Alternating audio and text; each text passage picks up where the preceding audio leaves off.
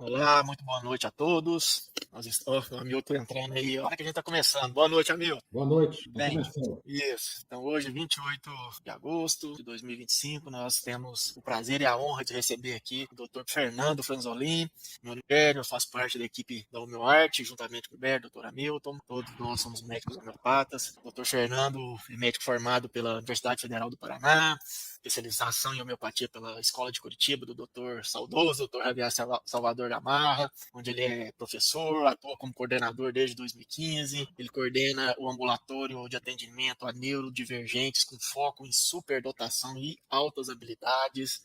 Ele tem um currículo vasto, eu vou ficar falando aqui, a gente vai perder muito tempo. Então, doutor Fernando, boa noite. Eu sei que o senhor tem uma sólida experiência, né, ir à clínica, hospitais, intensivista, né, enfim, né, palestrante, autor de trabalhos. Doutor Fernando, é um prazer, uma honra. Eu passo a primeira palavra para o Roberto, meu grande amigo, e o doutor Hamilton, meu outro grande amigo, meus mestres, e depois a palavra fica toda com você aí, depois a gente volta a bater um papo aqui. Boa noite, Roberto, boa noite, Hamilton. Boa noite a todos vocês, amigos. É um prazer imenso receber o Dr. Fernando Franzolin, que tem uma experiência peculiar numa área importante, atualíssima, que a medicina está lidando, né, e que a população vem sofrendo muito por conta da incidência cada vez maior desses problemas, e que hoje, sinceramente, eu espero aprender muito com você, Fernando, porque a minha ignorância é grande nesse assunto, nesse nicho que você tem focalizado, e eu estou aqui muito ávido para sugar um pouco do seu conhecimento. Tá? Prazer em ter você aqui, viu, Hamilton? Então, Fernando, é um grande prazer te encontrar novamente. Nós nos conhecemos em Curitiba, né? Lá no encontro em Curitiba. Gostei muito da sua palestra, já tinha ouvido falar de você. Eu sou realmente importante no ramo. Tenho trazido um conhecimento e uma aplicação em um ramo que a homeopatia clássica, assim, ela não entra muito assim, né? Precisa buscar novos rumos, novos medicamentos. E eu acho que você está abrindo o campo, é muito importante, né? E também não é. Parece que é o seguinte, que o mundo pede que se abra esse campo, né? Como também do outro lado, né? Das superdotações, tem também o outro lado lá, né? Das crianças com deficiência, tudo também, né? E nós estamos com esse espectro, assim, mental, de doença mental, muito grande. Teve uma psicóloga hoje, ela falou assim, que o consultório dela nunca esteve tão cheio, por causa do número de pacientes com problemas psicológicos de modo geral. Mas você vai tratar de um assunto bem especializado. Fique com a palavra, é uma honra estar com você. Boa noite a todos. É um prazer enorme estar aqui, a convite do Hamilton, do Gilberto e do Rogério. É uma oportunidade que assim deixa meu coração bem quente, porque como é um trabalho que eu venho fazendo já há um bom tempo, quase 10 anos que eu venho trabalhando, e a gente tem sido conduzido de uma forma a não fechar os olhos ao que está acontecendo, né? E depois aí dos últimos 7 anos, onde aumentou bastante a procura, eu comecei a enxergar mais esses pacientes, eu me senti no dever de colocar toda essa experiência para os colegas, porque dentro da medicina a gente não ouve falar sobre isso, né? Sobre altas habilidades e superdotação. Quando a gente ouve, há um certo preconceito, né? Que a gente acha que o superdotado é um gênio e é uma criança que não dá trabalho, que não precisa estudar, que vai ser um sucesso na vida, que é bem comportado e que sabe tudo sobre tudo. E a gente vai vendo que na prática não é assim. Então, primeiro de tudo, né, a superdotação altas habilidades faz parte das neurodivergências, né? As pessoas que são de desenvolvimento neurológico normal são chamados de neurotípicos, as pessoas comuns, né? E existem os que têm um desenvolvimento diferenciado, que entram aí além da altas habilidades superdotação, que ela não é um transtorno, não é uma doença. Então, médico a gente não sabe ver, porque a gente é treinado na faculdade a ver doença, né? E quando é uma coisa que não é doença, a gente não sabe e acaba não aprendendo. Tanto é que altas habilidades e superdotação a gente não usa o termo de diagnóstico. O diagnóstico a gente usa quando você diagnostica uma doença. E como a superdotação é uma funcionalidade neuronal diferente, ela é uma identificação de um modo de funcionar diferente, que é muito mais do que só uma pessoa inteligente. E é isso que acaba confundindo muitos médicos e que traz muito erro de diagnóstico, porque muitas características do que eu vi nos últimos anos e que eu tenho visto é que muitos pacientes que se autodiagnosticam como TDAH ou TEA e que muitas vezes são identificados, o diagnosticados por médicos, ou pediatras, neurologistas, psiquiatras, como TDAH e como TEA, mas sempre eles vêm com aquela, tem um pouco disso e um pouco daquilo, mas não se encaixa tudo. Então não é aquele diagnóstico certeiro, mas como vai no médico, você tem que dar um diagnóstico, um tratamento, eles acabam encaixando esses pacientes num determinado padrão de doença que é o que ele pode fazer. Porque tem muitas características da superdotação que confundem com o TDAH, que é o transtorno do déficit de atenção e hiperatividade, e tem algumas características do superdotado que pode dar a entender um transtorno do espectro autista, que é o TEA, né, da mesma maneira, e alguns até como o TOD, que é o transtorno opositor desafiador, e muitas pessoas que têm o TAG, né, cheio de letrinhas hoje em dia, a medicina, a psicologia, que é o transtorno de ansiedade generalizada. E quando você começa, e a gente na homeopatia, como tem uma visão mais ampla de você perguntar ao paciente, de conversar, de entender o que está levando a ele a ter essas manifestações de agitação, de inquietude, ou de isolamento social, de ficar fechado, ou quando tem sensibilidade demais a barulho, cheiro, som, ou que ele fica irritado, nervoso e descompensa quando contrariado, a gente procura entender o que está por trás desse comportamento. E nas abordagens homeopáticas que você vai investigando e conversando com os pacientinhos e com os pais, você acaba descobrindo a superdotação por trás de sintomas comuns e que são confundidos com essas doenças. Tá? Então isso acabou me chamando muita atenção e até foi um trabalho que eu apresentei no congresso, o último congresso que teve agora, que foi em Utrecht, na Holanda, um levantamento de 380 pacientes tratados com um grupo específico de medicamento homeopático chamado lantanídeos, onde 60% dos pacientes que chegam na consulta com esse diagnóstico de transtorno de déficit de atenção e hiperatividade, 60% deles não tinham TDAH e eram pacientes com superdotação não identificados, pela similaridade de alguns comportamentos que a gente vai falar mais à frente. E em torno de 30% dos pacientes que chegaram para consulta com um diagnóstico médico ou familiar, né, por suposição, por ler na internet, por ver, eu sou autista, o meu filho é autista, por essas e essas características, você vai conversar, eles têm altas habilidades de superdotação e também não foram identificados previamente. Justamente porque a gente tem esse preconceito e a gente não conhece esse universo pelos nossos preconceitos. Então, o que é altas habilidades de superdotação? Ele faz parte dessas neurodivergências, que é uma alteração funcional por uma hiperfunção, um excesso de funções, ou assim, um funcionamento melhor de algumas regiões do cérebro, principalmente da região pré-frontal e da região parietal, que é essa região e uma região aqui lateral. Então, tem essa região, ela é identificada, né? Então você tem uma alteração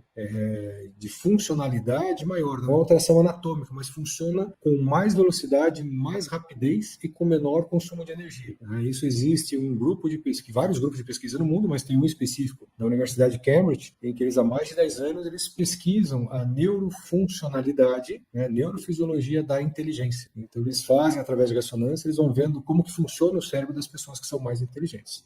Então o que é a superdotação ou altas habilidades?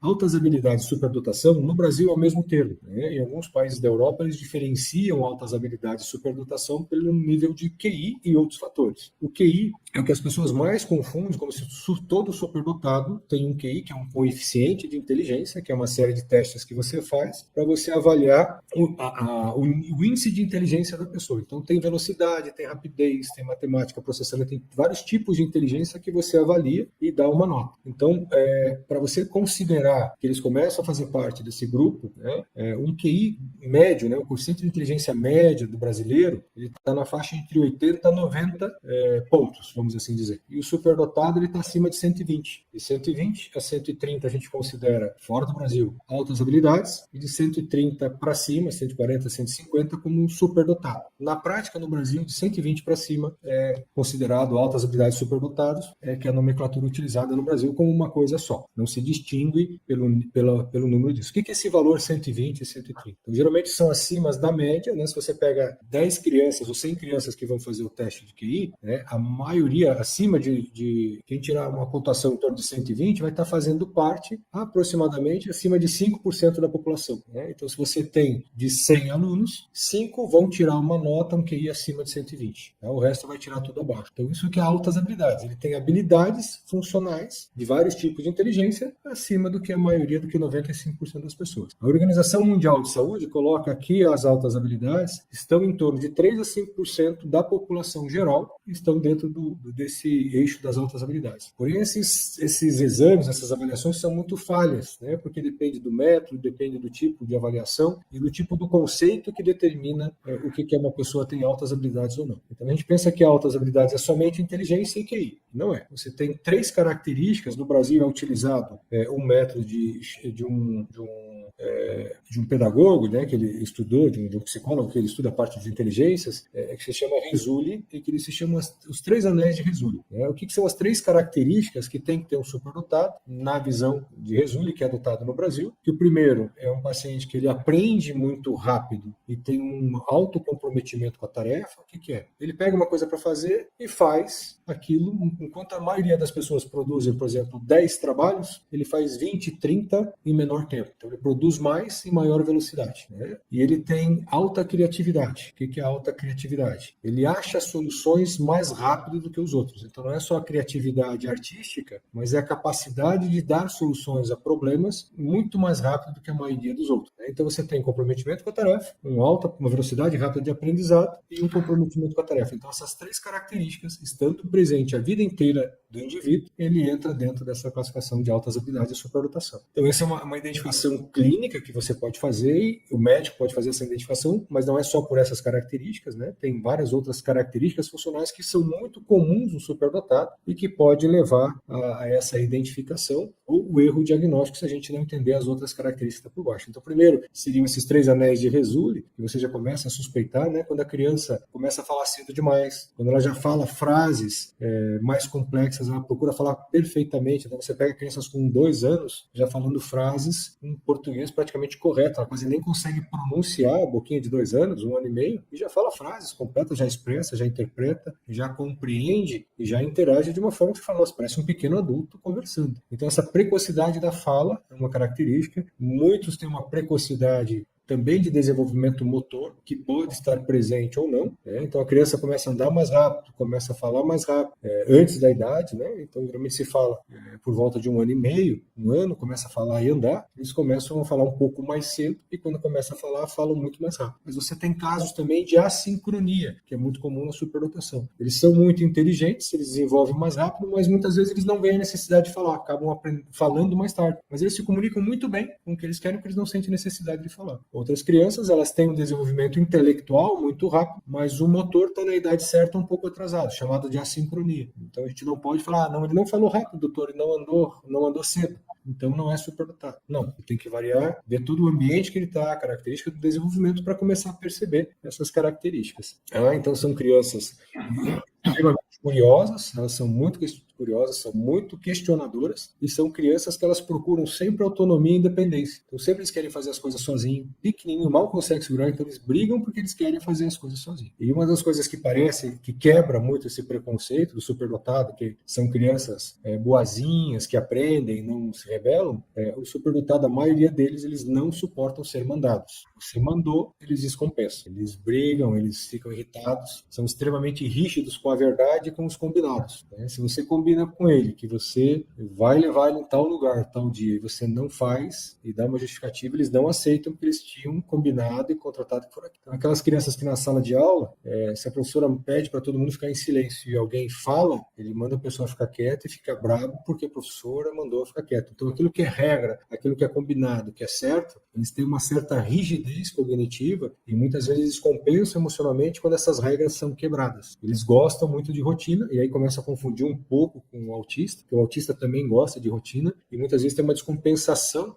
emocional quando contrariado ou quando quebra a rotina. E essa é outra característica da superdotação que a gente vê nas crianças, é que eles têm uma sensibilidade sensorial muito grande, como o autista. Então, porque essa região frontotemporal, principalmente a região temporal, onde tem essas maiores conexões, é muito da região sensorial. Essa é da resolução, da consciência e da tomada de decisões, que é a região pré-frontal, e aqui a região temporal e parietal, ela tem as áreas de sensibilidade sensoriais. Então, como o tráfego de informação e de intensidade de recurso são muito altos, todos os nossos instintos, a pele, o toque, o paladar, o cheiro, a visão e a audição, eles são nossos sistemas de defesa, são sensorial para nos deixar em estado de alerta. E a criança superdotada, e o adulto também, só que vai perdendo essa potencialidade, ele tem uma sensibilidade muito aumentada. Então é aquela criança que se incomoda com a etiqueta da roupa, com a costura da roupa, se a roupa é sintética, se a roupa está apertando, se o sapato aperta. Então muitos falam assim, ele tem uma rigidez, ele só usa aquela roupa. Se você compra uma roupa nova para ele não gostar, está desconfortável, ele não quer usar. Daí os pais insistem, tentam impor, e eles se rebelam porque eles se sentem desconfortáveis. Então são geralmente crianças que preferem roupas de algodão, roupas mais folgadas, sem etiqueta e sem a costura. Então eles se incomodam com a costura da meia, eles arrancam a meia. E essa sensibilidade sensorial, se você insiste no estímulo, ele vai sobrecarregando o excesso de estímulo, porque não é o receptor que é mais sensível. O receptor é o mesmo, só que o sinal chega amplificado na região cortical, parietal e pré-frontal. Ele amplifica a sensação, então uma coisa que é pequena, eles sentem alto demais. Então eles reclamam demais de barulho, eles reclamam demais de roupa, paladar, muitos têm uma seletividade alimentar, então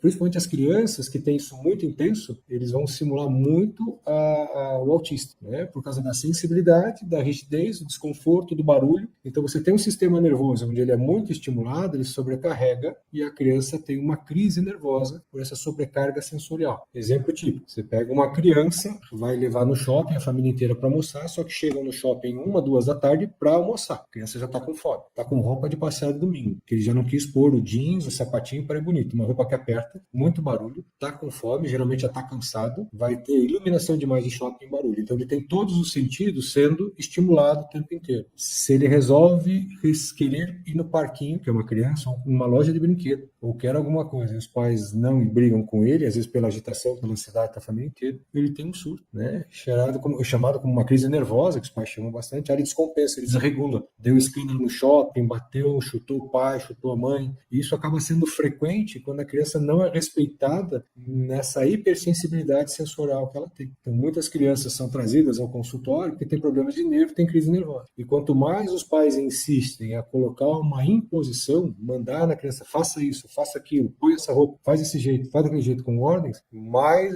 esse estímulo chega à criança que ele vai irritando, ele passa a ter comportamentos agressivos como um mecanismo de defesa. Aí vai achar, ou ele tem um TOD, um transtorno desafiador, porque tudo que ele fala, os pais não ouvem, não acatam, não respeitam essa sensibilidade, e principalmente aqueles superdotados em que eles têm a hipercinesia, eles são crianças de movimento, e são muito inquietos, porque eles têm muita energia, muita curiosidade, tanto intelectual, mas uma intensidade motora de movimento, chamado também de crianças de movimento. Então aquela criança que não vai sentar para comer, ela vai querer comer de pé, ela vai querer comer rápido, ela pergunta um monte de coisa, se não dão respostas, se a mente dela não tem um alimento para a curiosidade da área de interesse dela, ela vai ficar agitada. E quanto mais contrariada, mais agitada ela fica. Então não parece nada com uma criança superdotada que a gente está acostumado a ver de óculos escuros, responder de óculos garrafão, bonzinho, que está respondendo todas as perguntas dos programas dominicais. São crianças que dão muito trabalho, porque elas são muito intensas. Então, quanto maior a contrariedade e a rigidez dos pais, maior a irritabilidade e a intensidade dessas crianças. Então, deve vir com uma grande quantidade de pais que vêm com receita de 2, 3 remédios, porque a criança tem TDAH, porque ela é inquieta, porque ela não tem disciplina, porque ela não obedece ordens, que as coisas têm que ser do jeito dela. Se não for do jeito dela, ela descompensa. E são crianças que têm, a maioria delas tem um aprendizado muito rápido e um desempenho muito grande. A outra característica que confunde muito é aquela criança que às vezes ela não tem essa hipercinesia, que é um tipo de inteligência de movimento, né? São crianças que gostam muito de esporte, têm que praticar bastante esporte pela energia que eles têm, eles demoram a cansar. Então você imagina o que é um pai cuidar de uma criança dessa intensidade. A gente acha que o superdotado é só o quietinho, que não dá trabalho. Não, eles são intensos, em movimento e curiosidade. Então são aquelas crianças que não param quieto na sala de aula, que enquanto as outras crianças levam meia hora, 1 hora para aprender determinada matéria, a maioria deles já aprendem em 10 minutos. O que eles vão ficar fazendo os outros 50 minutos na sala de aula? Sentado. Infernizar a vida dos outros. Tá um tédio essa aula, eu já aprendi, eu já sei. Aí se o professor fala, se você já sabe, faz a tal lição. Eu falei assim, para que eu preciso fazer de novo se eu já fiz? Eles se sentem castigados, porque os professores dão mais do mesmo exercício, eles não veem motivo para isso. A criança que tem inteligência da matemática, ela vai fazer uma prova, ela só põe o resultado. O professor dá 0, porque tem que descrever o raciocínio. Aí a criança pega a nota, pega 0, não quer mais ir para aula de matemática. Ela sabe o que eu preciso explicar que eu sei. A professora fala que colou, que tem que colocar o raciocínio. Ou então ela desenvolve o próprio raciocínio matemático, que é contrário do que a professora ensinou na escola. E ela não consegue fazer do que, mas ela acerta o resultado porque ela cria na mente dela a própria fórmula dela fazer o exercício. E daí a escola começa a dar problema, porque a escola quer que todo mundo tenha o mesmo comportamento. Então, esses 5 a 10% das crianças que estão chegando, a gente tem visto escolas que já tem em torno de 10 a 15% de algumas salas de aula já são crianças com laudo de superdotação, identificando as características de inteligência. Imagina, 10% das crianças de uma sala de aula, muito mais do que os 5% que a OMS determina. Então, tem algumas escolas, tem 2 escolas aqui em Curitiba que já está com 15% das crianças em 3 turmas. Imagina o que é isso. Daí querem que essas crianças se comportem como os outros 90% da turma, que fique quietinha e espere a sua vez. E elas são impacientes, elas são curiosas, são intensas, querem mais aprendizado, e quando elas são obrigadas a ficar sentadas, elas ficam irritadas, nervosas e brigam com os amiguinhos, brigam com a professora, xingam a professora, chuta, porque todos esses estímulos dessa hipersensibilidade estimulada, elas ficam nervosas, irritadas e acabam descompensando e daí são agressivas e são crianças problemas. Se elas estão numa área de conforto tão equilibrada e são compreendidas e ouvidas, elas abaixam essa quantidade de estímulos e elas conseguem ir para a sala de aula. Então, algumas crianças a gente já consegue, em algumas escolas, se elas não progridem de turma, quando elas têm um QI muito avançado, uma necessidade, há uma legislação, tanto no Brasil como fora, que você pode fazer uma progressão de ano. Então, ela está no ano, ela faz uma avaliação, se naquela avaliação vê que ela já sabe o conteúdo de 80% daquele ano, e ela está entediada com a escola, que a maioria dessas crianças tem tédio na sala de aula, porque elas aprendem muito rápido e tem que ficar lá 50 minutos esperando. E uma criança com tédio, ela vai procurar alguma coisa para se alegrar, ela vai incomodar, ela vai brincar, ela vai conversar, ela vai levantar, ela vai ter formiga na cadeira, ainda mais se ela for hipersinestésica. Então, elas são problemas, algumas delas a gente consegue conversar com a escola depois da avaliação, de acompanhamento pedagógico, né? Cada criança, quando faz a avaliação, geralmente quando faz a avaliação, o neuropsicólogo, que é o profissional que faz essa avaliação, tem um neuropsicólogo e um neuropedagogo que podem fazer a avaliação de superdotação. Uma faz mais métrica, mais precisa, que é o neuropsicólogo, e o neuropedagogo pode fazer um determinado tipo de avaliação que também dá uma determinação da superdotação. E nós, como médicos, nós podemos fazer uma avaliação clínica com a hipótese de superdotação por uma série de características que também tem validade tanto para a progressão como para que a escola monte o que a lei determina, chamado de plano de ensino individualizado. Essas crianças têm uma necessidade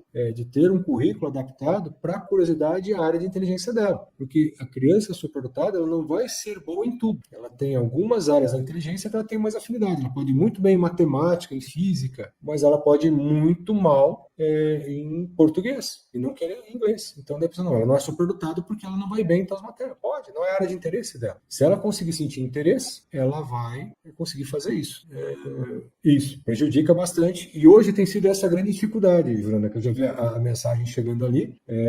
Justamente por isso, a nossa maior dificuldade é isso, porque você pega as crianças e na escola e já rotula. Não, ela tem que tomar remédio, porque ela incomoda a sala de aula, ela dá trabalho. Ou então a criança está sempre no mundo da lua. Ela recebe tanta lambada, tanta chamada, que algumas crianças acabam ficando quietas, sendo colocadas dentro de uma caixa para ela ser como todo mundo. E daí você acha que ela vai fazer? Não, ela fica olhando os passarinhos lá fora, ela fica rabiscando, desenhando, para entreter a mente dela, porque ela está tendo tédio. Então, algumas crianças a gente já consegue que elas consigam ler outra coisa que seja do interesse dela, e enquanto ela espera todo mundo fazer a tarefa e o aprendizado normal, outras ficam desenhando, só que tem muitos professores que ainda se incomodam, porque acham que a pessoa não está prestando atenção. Só que se você pergunta para aquela criança o que está sendo falado, ela vai responder, ela já sabe. Então, olha que conflito que a criança passa a ser, ela não se sente respeitada, nem atendida dentro das suas demandas, das suas necessidades. Então, assim, há um planejamento, né, com o neuropedagogo para fazer esse plano de ensino individualizado. Você pega a avaliação da criança da identificação de superdotação, lá vai mostrar quais são as áreas que ela tem maior habilidade, quais áreas que ela tem habilidade normal e quais áreas que ela pode ter um pouco abaixo da normalidade, que é uma área completa de desinteresse dela. E com base nessas áreas, que são 7 tipos de inteligências que são avaliadas, né? Se é matemática, se é espacial, se é relacional, se é física. Então, são 7 tipos de inteligência que se avalia para ver dentro dessa média quais áreas ela está acima da média do que a maioria. Tem uma habilidade maior do que a maioria dos outros em vários níveis. Então, você pega essa criança que tem uma mente muito curiosa, que geralmente tem muito muita atividade de intensidade, de ansiedade de querer aprender, porque são intensos, né? E você pega essa questão de autonomia, independência que eles querem, e liberdade, eles são obrigados a ficar numa sala de aula, modo padrão, em que uma aula leva 50 minutos, uma hora, quando eles aprendem em 10 minutos. Não vão querer prova. E se eles pegarem um professor que briga e fica mandando eles ficarem quietos, sentados, desrespeitando, eles não vão querer ir para a escola. Então nós vemos muitos adolescentes hoje em dia trocando de escola todo ano. Dá problema com o professor, dá problema com colegas, porque você imagina uma criança, né, que ela sabe tudo, que ela aprende rápido, e que ela precisa ser aceita e ouvida, e que ela corrige professor, que ela corrige colegas que erram, que falam errado. Muitos passam a ser o quê? Chatos, passam a sofrer bullying, né? Então tem muito bullying com essas crianças, e essas crianças começam a se deprimir, a não querer ir para aula, a não querer se relacionar, se sentem isolados, principalmente porque elas são muito verdadeiras, e o que é combinado é justo, é reto. Então se os amiguinhos fazem uma coisa errada, e no valor moral que elas aprendem que é certo, que é correto, elas não se submetem, elas deduram para quem está fazendo alguma coisa errada. Então eles passam a ser dedo duro, eles começam a ficar isolados, começam a ter amigos, porque 90% da turma, 95% da turma não tem a mesma velocidade de processamento, a mesma sensibilidade, a intensidade e o comprometimento. Eles passam a ser problema. Então nós pegamos muito adolescentes, muito jovens tomando antidepressivo, com dificuldade de relacionamento, porque não tem um meio adequado para eles florescerem e atenderem às necessidades emocionais. Eles começam a ter trauma desde pequeno, ainda mais se tiverem pais hiperativos no sentido de impositores. Você tem que educar na força, você tem que me obedecer, eu sou o pai, eu estou mandando, você tem que fazer assim. E são as crianças o porquê, eles não aceitam o tempo inteiro essa ordem, né? Então são crianças que não funcionam eu mandar. Agora, se eu peço, né, cate todos os teus brinquedos agora, estou mandando agora, não vai dar bola, ou vai xingar, ou vai. Agora, se você fala, o que você acha de me ajudar a guardar os brinquedos, porque já está tarde, a gente tem que deixar a casa arrumada para o pai não tropeçar à noite nos brinquedos da sala. Ok, ele pega e vai. Então você mandou, eles não funcionam. Você pediu, há uma grande chance deles entenderem e colaborarem. Então são crianças que funcionam muito no diálogo, desde pequenininho, 1, 2 anos. Você mandou, eles descompensam. Não consegue. Tá sempre brigando, sempre não obedece, porque o pai está sempre mandando. Então são crianças que não funcionam mandar, é o pedir. E muitas vezes, mesmo pedindo, se eles estiverem nessa área que a gente chama de superexcitabilidade, onde passou daquele nível de consciência e eles têm essa descompensação, essa sobrecarga sensorial, não tem diálogo. Você tem que esperar eles se acalmarem, abaixar, e o motivo é você ficar do lado da criança, não isolar, não achar que é birra, que é manha, não mandar ele de castigo no quarto. Isso não funciona para o superdotado. Ele precisa se sentir seguro e compreendido. Então é ficar do lado falando, isso vai passar, meu filho, calma. E não exigir nada, não cobrar nada, deixar, porque eles não ouvem mais nada nesse momento. Então são mecanismos de abordagem diferente do que 90% das pessoas. É uma abordagem toda a diferença para isso. Simone está colocando aqui que meu filho trocou de escola 3 vezes. Está com 7 anos, não aceita os amigos que não obedecem. É extremamente rígido com todas as regras. Com isso sempre arruma confusão. Exemplo do que a gente está falando, né? Eu não sei se ele já fez avaliação para superdotação, Simone, e é importante que seja com profissionais que tenham experiência de superdotação. Se ele for fazer com profissionais que só têm experiência de TDAH ou de outros neurodistúrbios, ele vai sair com laudo de TDAH e... Então, são geralmente aqueles laudos que tem 2, 3 diagnósticos. Tem TDAH, tem TEA e TOD. TDAH, TEA e TAG. Quando tem com mais do que 2, 3 diagnósticos, você pode saber que a avaliação, e não tem superdotação, pode saber que a avaliação pode estar errada. Existem crianças que têm dupla excepcionalidade? Sim. A gente vê que em torno das crianças superdotadas, em torno de 5 a 10% dessas crianças, elas têm dupla excepcionalidade. O que é isso? Ela tem a superdotação e também tem o TDAH. Tem a superdotação e tem TEA, mas é uma taxa em torno de 10%, mais ou menos, que cita a literatura, né? Das crianças que têm, né? Não 10% da população em geral. Que na população em geral, eles também estão em torno de 5%, tanto para TEA e em torno de 10 a 15% para TDAH, exclusivamente. E nem toda criança superdotada vai ter essa hipermotilidade. Então, o diagnóstico tem que ser muito bem feito, né? A identificação para você ver a melhor abordagem terapêutica. E essa é a vantagem que a gente tem visto na homeopatia. Ela está em busca de avaliação, difícil de encontrar os profissionais adequados, é difícil mesmo, mas tem bastante profissionais. Eu não sei de que cidade você fala, Simone, mas tem que ver aonde que eles estão fazendo, as indicações. A gente pode dar algumas referências em alguns lugares com alguns profissionais bem qualificados. Mas o que a gente nota, assim, uma grande parcela dessas crianças, elas precisam de um acompanhamento neuropsicológico bem adequado, né? E a família precisa muito de orientação parental. Nós precisamos orientar os pais de como lidar com essas crianças, que elas são muito intensas e difíceis. Mas com a abordagem certa, eles conseguem se sentir mais acolhido e mais confortável. E ter uma conversa com a escola para que a escola saia desse preconceito, ainda mais agora que quando chega com o laudo, e fala, agora todo mundo é inteligente. E eles pegam o PEI, não fazem, não implantam, não dá atenção. Porque na cabeça deles, o superdotado não dá trabalho, ele sabe sozinho, não precisa de atenção. Então eles respeitam e atendem PEI e TDAH, esses são vistos. O superdotado deixado de lado, já que ele é inteligente mesmo. E muitos professores fazem até bullying com os pais e com os alunos. Ele não é inteligente? Por que ele está tirando nota baixa? Por que ele não vai bem nessa matéria se ele é superdotado? Ele deveria ir bem em tudo, fazendo bullying com a criança, não entendendo a situação que ela vive. Então, na homeopatia, nós temos tido uma abordagem que justamente como a gente entende todo esse processo. Então, a gente tem medicamentos em que atendem esses traumas emocionais, né, dessa agressividade, do desconforto, da insegurança, do medo. Né? São crianças que têm muita dificuldade para dormir, para pegar no sono. E, geralmente, até 2 anos, eles não dormem bem, 2, 3 anos. Eles têm dificuldade de pegar no sono, que tem uma característica neurofisiológica. O superdotado ele começa a adormecer, que é uma fase de rebaixamento no nível de consciência cortical, ele entra num gancho, num desvio, onde faz o que a gente chama de ideias criativas e soluções na hora que está entrando no sono. Então eles despertam e começam a criar histórias, as ideias, assim que daí. Principalmente se tiverem muita ansiedade e um ambiente muito hostil durante o dia. Eles não conseguem baixar esse nível de alerta que eles vivem o dia inteiro sendo estimulados. Então são crianças que têm dificuldade de pegar no sono, reclamam que a cabeça não para. Eles falam assim, eu quero desacelerar meu pensamento, não para, eu não consigo desligar e dormir. Então traz sofrimento. Então quanto mais acolhedor e seguro for o ambiente dentro de casa, mais fácil eles relaxarem para conseguir dormir. E são crianças extremamente sensíveis, tanto do campo de energia como das emoções. Eles conseguem perceber a energia se os pais estão brigando e têm agressividade. Geralmente são crianças que adoecem quando os pais brigam, de tão sensíveis emocionalmente que eles são. Então, criança que adoece com muita frequência, principalmente se tiver superdotação, começa a verificar o que aconteceu 24 horas antes da criança fazer febre. Não aconteceu nada. Começa a perguntar, teve alguma discussão? Teve alguma briga? Doutor, mas nós estávamos no nosso quarto, eles não ouviram onde eles estão. Eles percebem o clima e a energia dentro de casa, eles adoecem com muita frequência. Que eles precisam da segurança, do afeto, da proteção do lar para se sentir seguro. Lembrem, tem os sentidos hiperalertas. Eles conseguem perceber se a pessoa está mentindo. Eles percebem se o profissional mente para eles, se o professor mente. E eles falam, você está mentindo. Eles conseguem fazer a leitura da verdade ou da mentira. Extremamente sensíveis. Então, é fácil? É mágico? Não. Tem muitos pais que falam, meu Deus do céu, que sofrimento. Então, a gente pega muitos pais assim, acabados, porque eles não conseguem lidar. E a maioria dos profissionais que eles procuram, o filho dela ainda não dorme, inventa de tudo. Né? Toda noite é um transtorno desligar. Com os ajustes do remédio homeopático, a gente consegue isso muito fácil, Simone. Fácil assim, né? O homeopata tem que trabalhar bastante para achar o remédio certo. Se achando o remédio certo, você consegue. Então, a gente geralmente tem um medicamento para os transtornos emocionais, que é esses distúrbios do dia a dia, da agressividade, do choro, da irritabilidade, onde você acaba a homeopatia ajudando a equilibrar, percebendo aquilo que é o fator que desequilibra. E o outro é um grupo de medicamentos que eu tenho usado bastante já há cerca de 10 anos, estudado bastante.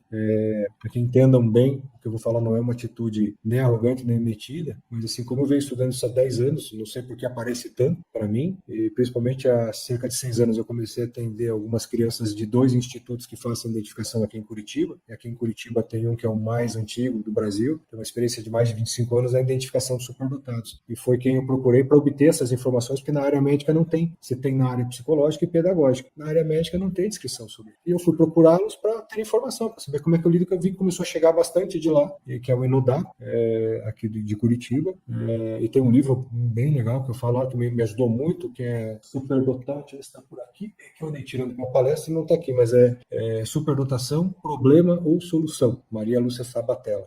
Que ali traz bastante características desse universo da criança no processo educacional, dos comportamentos. Então você tem uma gama, você tem aqueles que são tranquilos, calmos, que são os introvertidos, e você tem aqueles que são extrovertidos. Não, eles não atendem online.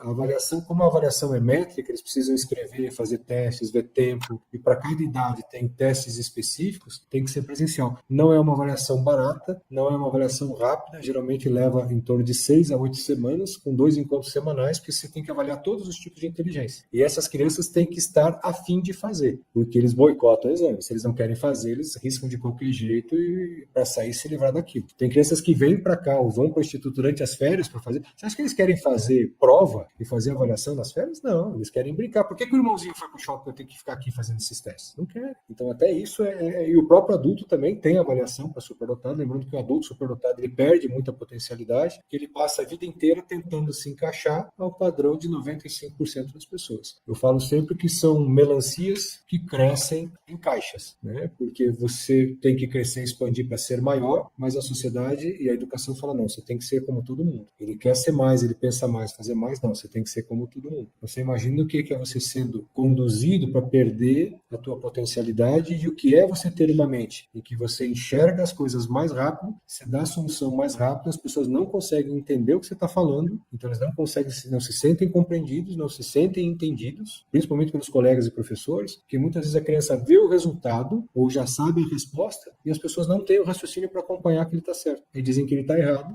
e ele tem a certeza que ele está certo. E aí ele vai ficando com raiva porque ele está falando a verdade e as pessoas não acreditam. Às vezes, algumas semanas depois vão entender. A gente vê alguns adultos que, às vezes, 2 anos depois, a família vai entender que o que ele estava falando estava certo e a família não tinha ideia do que ele estava falando, porque ele enxerga a solução lá na frente no que vai dar. Então, é esse universo de contradições, de irritabilidade, de desestabilização gera muita ansiedade, porque todo ser humano quer ter um sentimento de pertencimento. Então, você imagina para a criança e principalmente para o adolescente, que já não é fácil você se relacionar por autoestima baixa na adolescência normal. Agora, imagina um adolescente superdotado, onde ele tem intensidade emocional, né? Eles são altamente sensíveis emocionalmente. Então tem outro livro que é super legal ler, eu recomendo, que é Pessoas Altamente Sensíveis, onde você vê que essa sensibilidade, tanto sensorial como emocional, eles são muito intensos. Então são geralmente aquelas crianças que são chamadas de mimizento, porque qualquer coisa você faz um drama, que você é dramático demais, você faz mimimi demais, você faz tempestade em um copo d'água, mas eles sentem com muita intensidade. A intensidade emocional deles é muito grande. Então, enquanto uma criança às vezes fica 1 a 2 horas chorando por causa de um brinquedo, por uma frustração, eles podem ficar 3, 4 horas intensamente sofrendo. E a gente chama isso de mimizento, de exagerado, de manhoso, de falta de educação, de falta de punição. Então você vê muito a família, né, criticando os pais pela intensidade emocional da criança que faz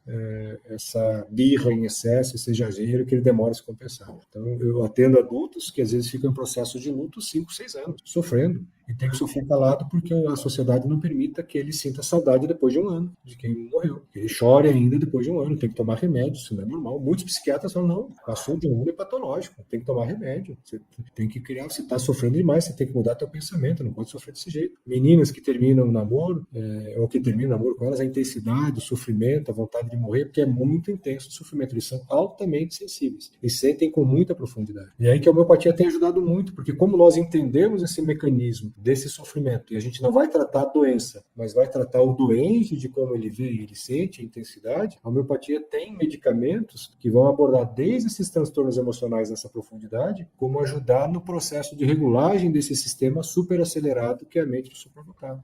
Então é uma combinação perfeita. A gente tira remédio, e muitos deles chegam com antidepressivo, chegam com Ritalina e não melhoram. Estão tomando esse remédio, estão sofrendo, estão trocando de escola, estão tendo problemas de relacionamento, não conseguem se sentir pertencente. É muito difícil, é muito sofrimento para essas crianças, esses adolescentes e para os pais, porque ver o sofrimento leva um monte de médico, psicólogo, eles tendem a colocar as formas comportamentais que funcionam para 95%, 90% da população, mas para o superdotado não funciona. E quanto mais eles procuram profissionais que não conhecem a superdotação, mais violência é imposta a essas crianças, um comportamento padrão, sendo que eles têm um comportamento mais intenso e que difere. Então requer uma outra realidade, uma outra conduta, tanto dos pedagogos, dos professores, como dos pais, de como lidar com essas crianças. Porque eles também não sabem, eles vão tentar repetir o que fizeram com eles. E uma grande parcela das crianças superdotadas, os pais têm uma superdotação que também não foram identificados. Porque como é um fator multigenético, né, não existe um gene da inteligência da superdotação, mas existem vários genes responsáveis por várias funções neuronais que, quando estão presentes, eles se manifestam na forma da funcionalidade da superdotação.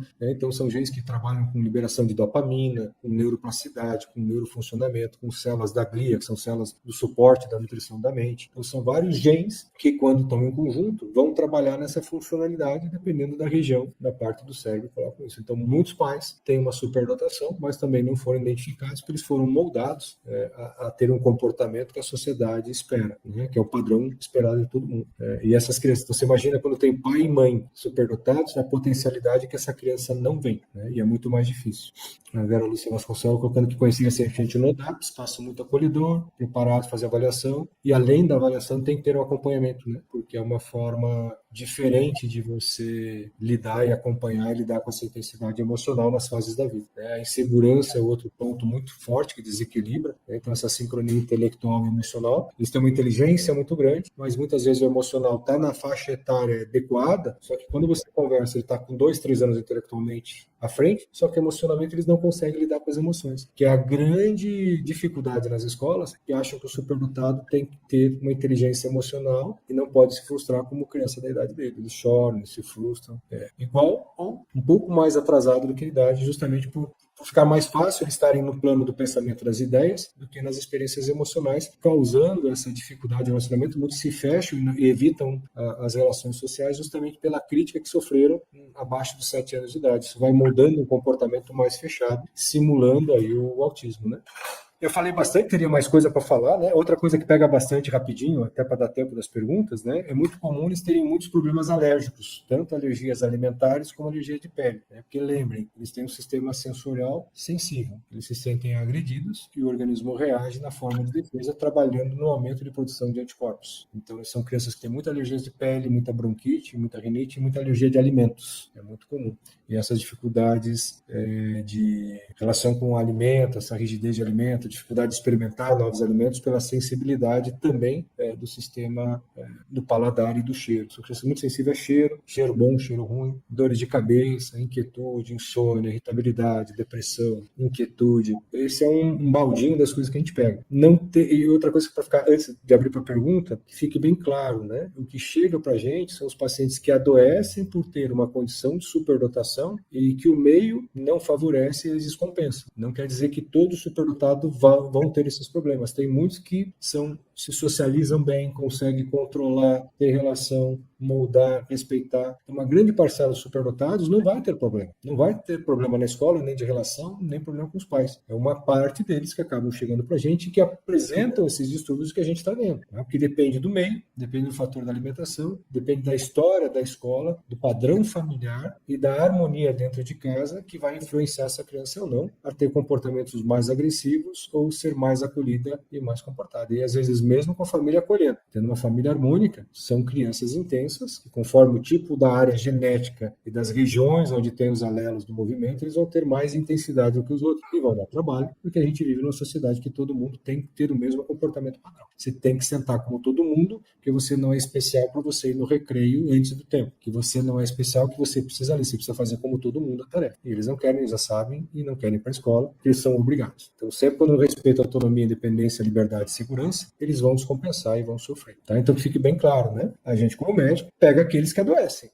Mas a maioria que tem superdotação pode não adoecer e está de bem com a vida e está em equilíbrio. Mas tem aumentado bastante a parcela, e principalmente com esses diagnósticos errados, né? Do TDAH tem uma característica do pensamento que é pensamento em arvorescência, que é o pensamento que de uma coisa ele vai gerando vários outros pensamentos, como se fossem os galhos de uma árvore. Isso confunde muito com o TDAH. Ele pensa uma coisa, olha para outra coisa, esquece aquilo, começa a olhar aquilo, vê aquela coisa, esquece, começa a olhar. Isso é o TDAH. Ele vai mudando. E o TDAH tem impulsividade, faz as coisas no impulso, e ele muitas vezes é caótico, ele perde muita coisa, não presta atenção, não deixou, ele esquece. Já o superdotado ele não esquece, ele vai pensando em 5, 6, 10 coisas ao mesmo tempo. Se você perguntar de uma coisa aqui, ele vai lembrar. Se ele está pensando em outra coisa, mas ele tem interconexão entre todas as áreas. No TDAH não, ele vai pensar com uma coisa por vez. Então esse é um pensamento interdisciplinar entre as áreas do cérebro que vai achar soluções de coisas que ele nunca entendeu. E aí vai para um monte de... É um tratado para fazer um simpósio, mas essas são as principais características que a gente tem visto no superdotado hoje em dia, tanto na criança como no adulto, que tem outras características, mas é importante a gente fazer a identificação, né? Tem o preconceito, não vou falar para o meu filho,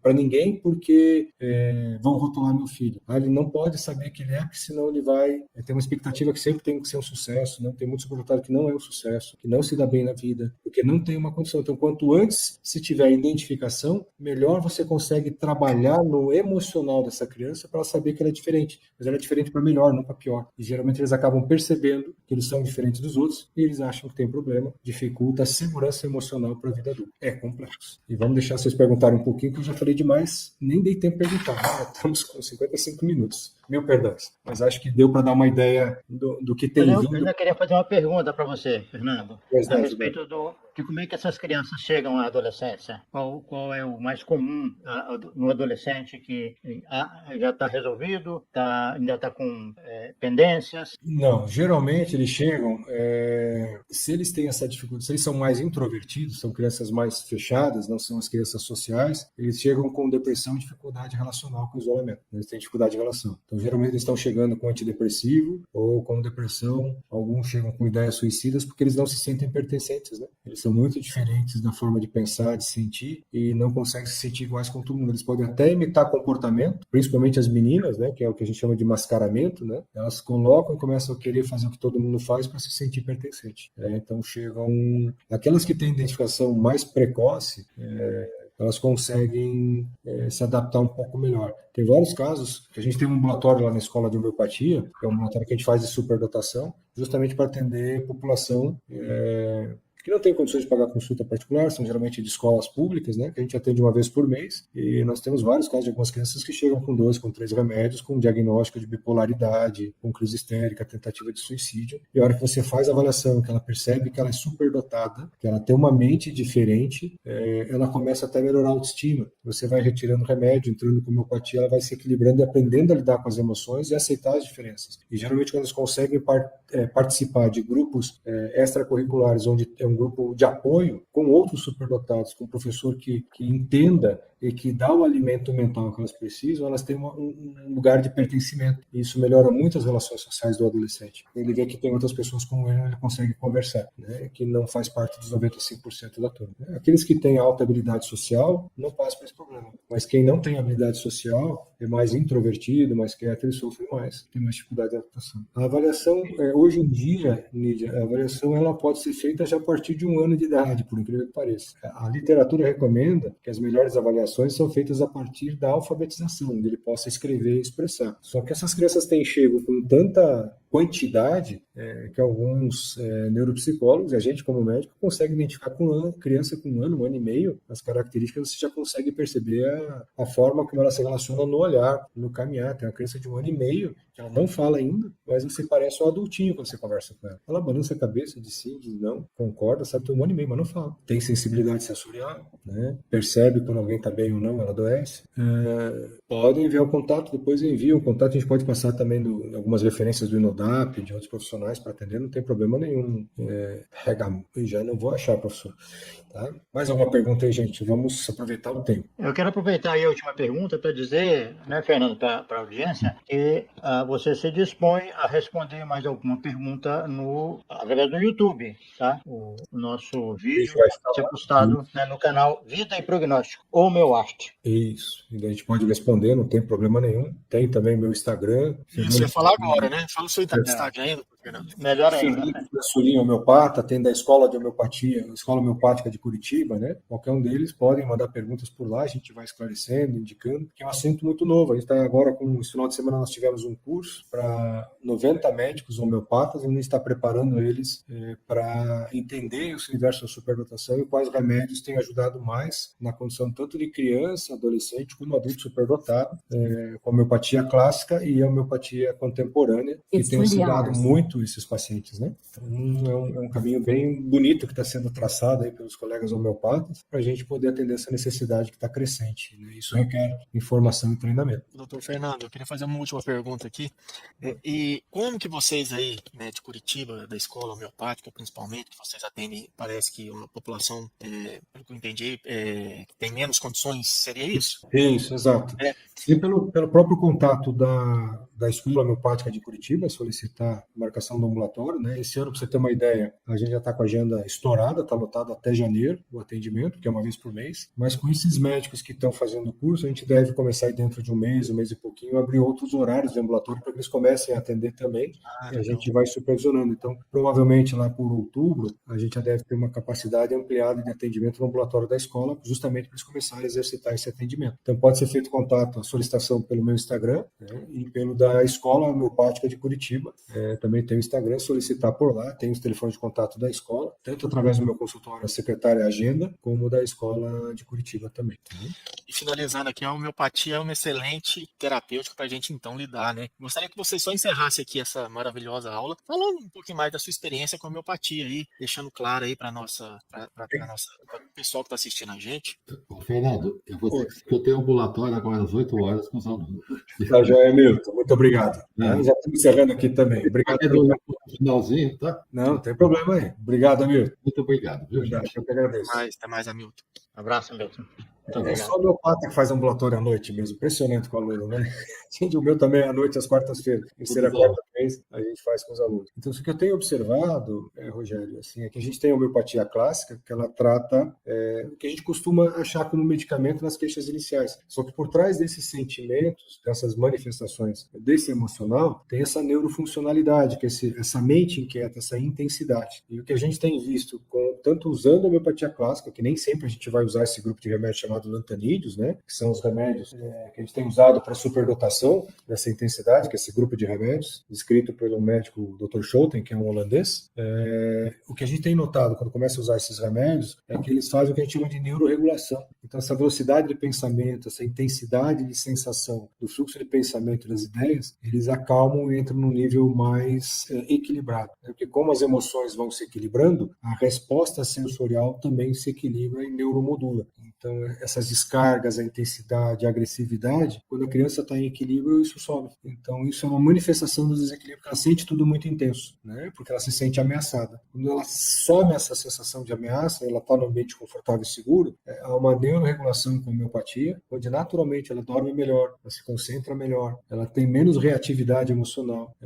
E, logicamente, você tem que respeitar, porque essa hipercinesia, essa anestesia, essa sensação aumentada das sensações dos 5 sentidos, né, são sistemas de defesa. Então, mesmo você com homeopatia que ele regula, você vai evitar expor a criança em ambientes que vai haver excesso desse estímulo sensorial, né? Você não vai forçá-la a usar uma roupa apertada, desconfortável que ela não quer. Você não vai levar no shopping no domingo à tarde cheio e a criança com fome, né? Porque ela vai descompensar. Você não vai levar numa festinha de criança, colocar roupa de festinha com sapato apertado, calça jeans, camisa, ou as coisas apertando o cabelo que a criança não quer, doendo, ela vai ficar irritada. E basta um descontentamento maior, né, dela se encharca de doce, já aumenta a energia. Tem barulho, tem empurrada, ela vai surtar na festa. Ela vai dar problema. Aeroporto, cheio de gente em viagem. Tem que levar num lugar calmo, tem que deixar a criança alimentada. Tem que deixar a criança descansada. Deixou com fome, roupa desconfortável, barulho, e alguém gritando, não corre, para, brigando, ela vai descompensar, vai dar escândalo. Ela que tem que tomar remédio, porque a criança tem problema, porque ela não me obedece. Qual que são toda a condição em volta dela, você tem que se programar para reduzir essa quantidade de estímulo, né, medicamento. É entender que ela funciona com uma sensibilidade e ela requer uma maneira de você lidar diferente para ela não descompensar.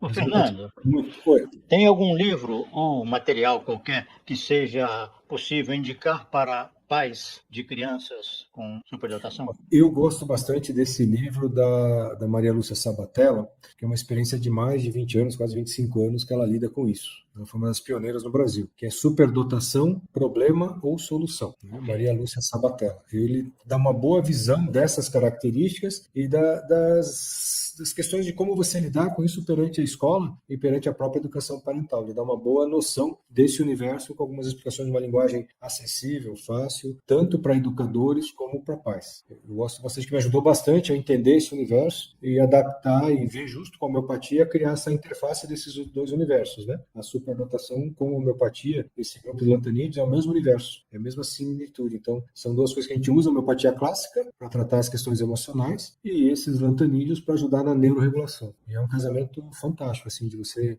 geralmente aqueles pacientes que estavam de copódio, pulsatil, estramônio, lux vômico, que ele melhora melhora, mas ainda fica uma ansiedade, fica uma inquietude, e você vê a superdotação por trás desses sintomas, quando você entra com esse remédio, os casos dão um salto assim, de evolução, né? Porque eles têm um funcionamento diferente. Tá bom. Muito bom, excelente, ó, tá cheio de agradecimentos aqui, parabéns, esclarecedor. Eu agradeço a oportunidade e vamos levar mais informação, perguntem, a gente pode marcar um outro momento para tirar mais dúvidas, se vier muitas dúvidas que precisam, a gente faz uma segunda rodada. Ótimo. Muito bom, muito agradecido. Muito agradecido mesmo. Porque tem bastante trabalho pela frente, viu, Roberto? Bastante. Que eles estão chegando aí, eu falo que parou uma espaçonave aí, está descarregando todo mundo, porque não é possível. Muita criança. É que os espiritualistas já vêm avisando isso bastante, né? Que são as famosas crianças cristais e crianças diamantes. É o mesmo universo. Elas vêm para essa transição planetária, para uma mudança do planeta e para melhor. Né?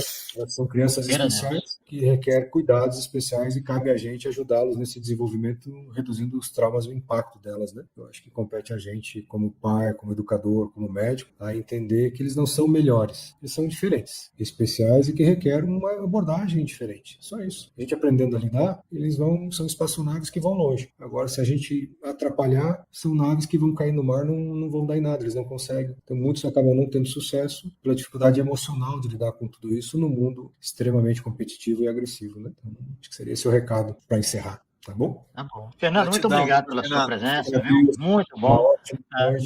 Satisfez a minha gula, viu? E deixou o gosto de quero mais, né? Mas gostinho de quero mais, certamente. Tá bom. Um grande abraço para você. Obrigado. Boa noite a todos. Obrigado aí. Podem mandar perguntas que a gente vai respondendo aí, tanto no Instagram, no Facebook. Qualquer coisa me mandem aí também, Gilberto, as perguntas que vier no canal de vocês aí, que a gente responde com prazer aí, tá bom? Uma ótima noite, muito obrigado. Muita paz aí para vocês. Até mais.